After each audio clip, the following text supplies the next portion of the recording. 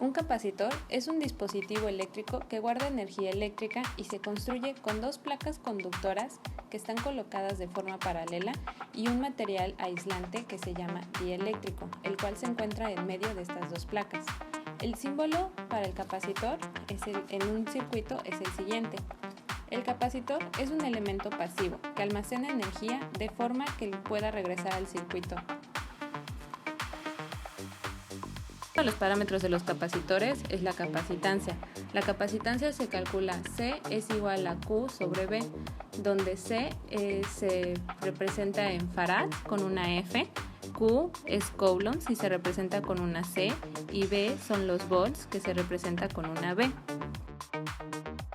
Para calcular la capacitancia a partir de las dimensiones y del dieléctrico, se necesita conocer lo que es la permitividad.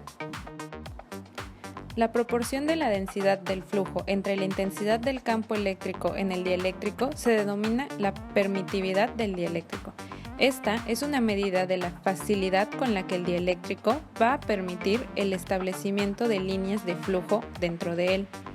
Entre más grande sea su valor de permitividad, más grande será la capacitancia que represente este capacitor. Cuando decimos permitividad cero, nos referimos a la permitividad del vacío o el aire. Para calcular la permitividad relativa, la cual nos referimos a la permitividad de cada material dieléctrico, se tiene que calcular permitividad relativa es igual a la permitividad entre la permitividad cero. La capacitancia será mayor si se disminuye el área entre las placas, se reduce la distancia entre estas o si cambia el dieléctrico. Ahora podemos observar la fórmula de capacitancia tomando en cuenta el área y la distancia y la permitividad. Tipos de capacitores. De los tipos de capacitores tenemos dos diferentes, fijos y variables. Dentro de los fijos tenemos el de mica, de cerámica, electrolíticos, de tantalio y de película de poliéster. Y en los variables tenemos los que son por medio de un eje y de tornillo.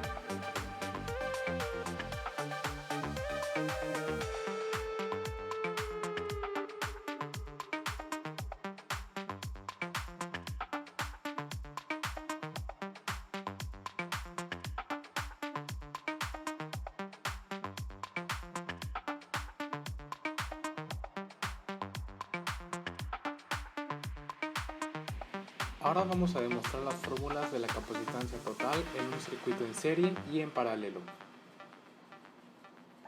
Lo primero que tenemos que identificar es la posición de los capacitores, ya sea que estén en serie o en paralelo. En este ejemplo se encuentran en serie, por lo tanto la carga será la misma en todos los capacitores. El voltaje total se determina por una sumatoria de los capacitores en serie. Por último, se realiza una sumatoria en inversa de todas las capacitancias. Es de suma importancia recordar hacia qué dirección va el flujo de energía, es por eso que se dibuja una línea en dirección de positivo a negativo en este ejemplo.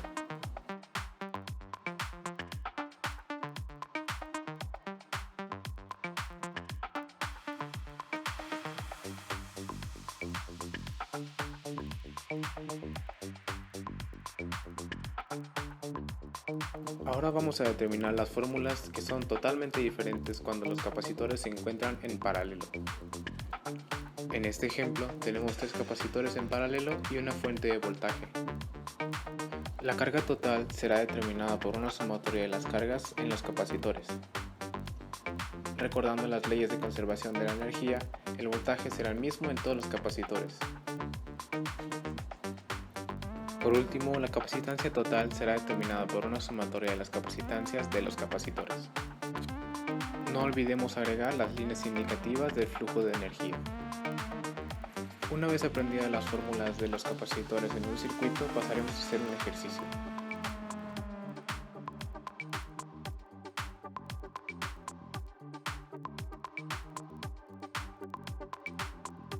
Se sabe que los capacitores 2 y 3 se encuentran en paralelo. Por lo tanto, sumándolos hará mucho más sencillo resolver este circuito. Dibujamos el nuevo circuito con las nuevas medidas de los capacitores 2 y 3, que son 6 microfaradios. Capacitor 1 con el capacitor 2 y 3 se encuentra en serie, por lo tanto se realiza una suma inversa de estos, obteniendo así como resultado de capacitancia total 2 microfarads.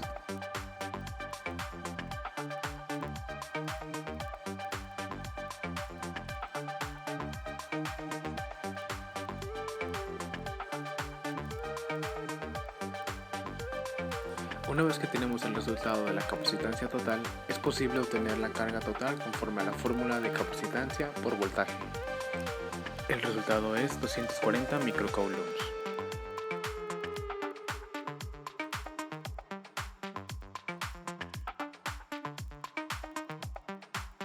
Como el capacitor número 1 se encontraba en serie, este tendrá la misma carga que la carga total resultante.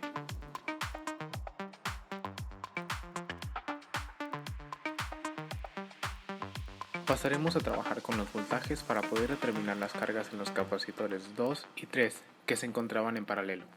Siguiendo los principios de la ley de Ohm, pero en capacitores, el voltaje es igual a la carga sobre capacitancia. Con esto determinaremos el voltaje en el capacitor número 1. El voltaje para los capacitores 2 y 3 será el mismo. Estos se pueden obtener restándole el voltaje 1 al voltaje total.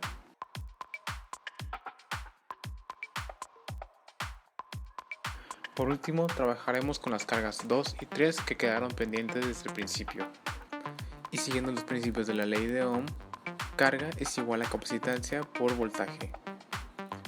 Esto nos da un resultado de 160 microcoulombs.